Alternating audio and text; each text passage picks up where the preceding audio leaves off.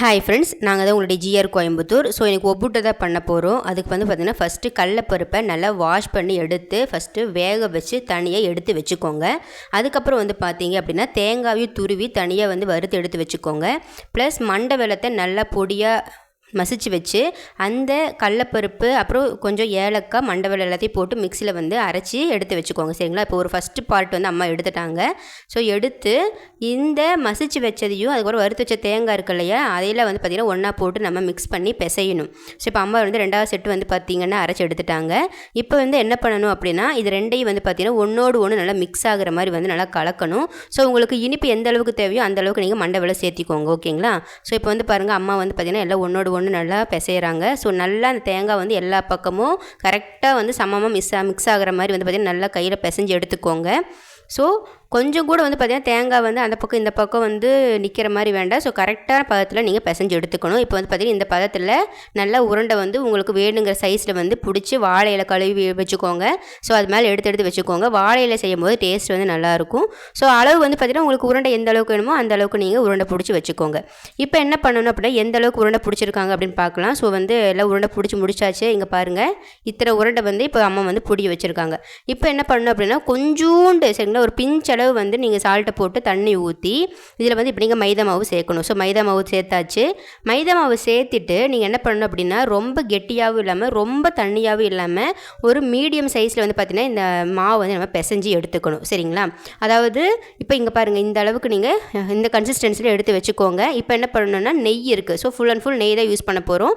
நெய்யை அதுக்கப்புறம் வாழை இலை எடுத்து வச்சுக்கோங்க. சரிங்களா? இப்போ நெய்யை நல்லா சூடு பண்ணி நம்ம என்ன பண்ணணும்னா நெய்யை காய்ச்சி தனியாக எடுத்து வச்சுக்கணும். ஸோ நெய் இப்போ பார்த்திங்கன்னா காஞ்சிருச்சு. ஸோ நெய் நமக்கு தனியாக எடுத்து ஒரு பக்கம் ஆறட்டும். அதுக்கப்புறம் பார்த்திங்கன்னா இப்போ நம்ம உருண்டை செஞ்சு வச்சோம் இல்லையா, ஸோ இந்த உருண்டை என்ன பண்ணணும் அப்படின்னா அங்கே பாருங்கள், ஒரு பக்கம் தோசைக்கல் சூடாகிட்டுருக்கு.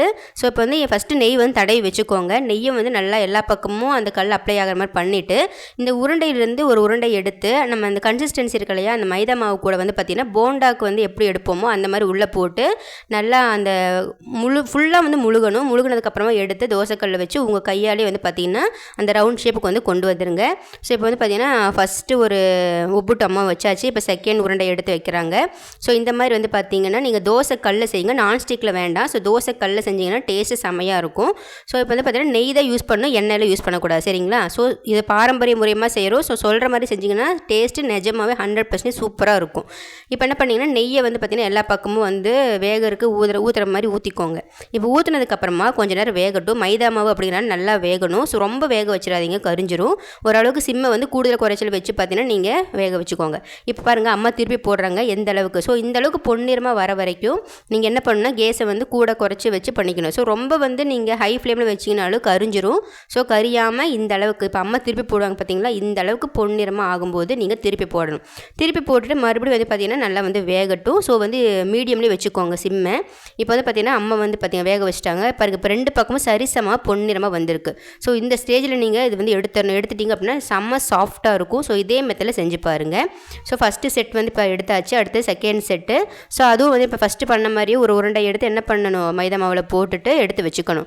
ஸோ இப்போ பார்த்திங்கன்னா செகண்ட் செட் ரெடி பண்ணிகிட்ருக்காங்க அந்த பக்கம். ஃபஸ்ட்டு செட் வெந்துருச்சு. ஸோ வாழை இலையை எடுத்து நம்ம ஒரு பக்கம் வச்சிடலாம்.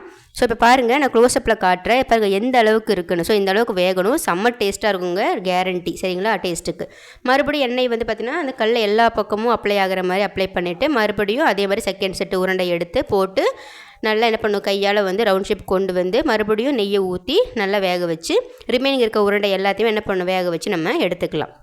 ஸோ இப்போ செகண்ட் செட் அம்மா ஃபஸ்ட்டு ஒரு உருண்டையை வச்சாச்சு. அடுத்து பார்த்திங்கன்னா ரெண்டாவது உருண்டை பார்த்திங்கன்னா மாவில் எடுத்து வச்சுருக்காங்க. ஸோ இந்த உருண்டையை பார்த்திங்கன்னா இப்போ கல்லில் வச்சாச்சு. ஸோ இதையும் பார்த்திங்கன்னா ஃபஸ்ட்டு செட் எப்படி வேக வச்சு ஸ்டெப் சொன்னால் அதே மாதிரி இந்த மெத்தடி பார்த்திங்கன்னா வேக வச்சு எடுத்துக்கணும். ஸோ மீடியம், ஹை ஃப்ளேம், அப்புறம் சிம், இதை எப்படி வச்சு நம்ம பொன்னிறமாக வர்றதுக்கு யூஸ் பண்ணமோ அந்த மெத்தட் யூஸ் பண்ணி வேக வச்சு நெய் ஊற்றி அந்த ஓரளவுக்கு பொன்னிறமாக வந்தோடனே எடுத்துடணும். சரிங்களா? இதே மெத்தடில் செஞ்சு பாருங்கள். ஸோ இப்போ செகண்ட் செட்டு எடுத்தாச்சு. கண்டிப்பாக டேஸ்ட் கேரண்டி. நான் சொன்ன மெத்தடில் செஞ்சு பாருங்கள்.